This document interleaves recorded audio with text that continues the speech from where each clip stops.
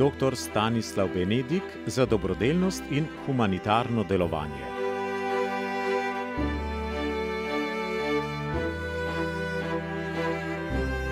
Dr. Stanislav Benedik je svojo dobrodelnost izraziteje začel udejanjati leta 1992, ko so se na ozemlju nekdanje Jugoslavije začeli vojni spopadi in so v Slovenijo, tudi v Kranj, prišli številni begunci.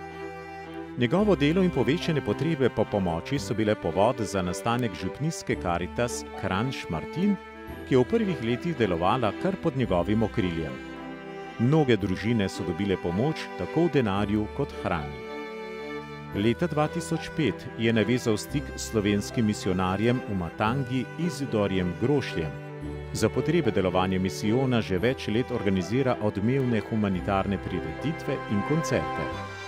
V zadnjih letih je skupaj z nekaterimi posamezniki organiziral pomoč družinam, ki so ostale brez enega ali obeh staršev.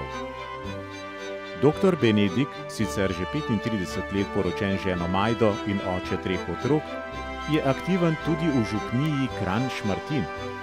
Bil je začetnik organiziranega miklavževanja v tej župniji, prav tako skupaj s takratnim župnikom Berglezom začetnik oratorija. Izkazal se je tudi kot sposoben organizator in vodja prenove cerkve svetega Jerneja.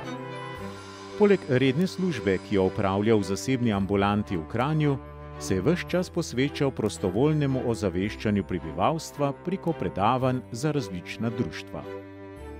Kot prebivalec Tržišča, pravi Strašan, sem ponosen na Prešernovo mesto Kranj. Z veseljem pomagam ljudem v stiski, v veliko zadovoljstvo pa mi je tudi spodbujanje ljudi za druženje.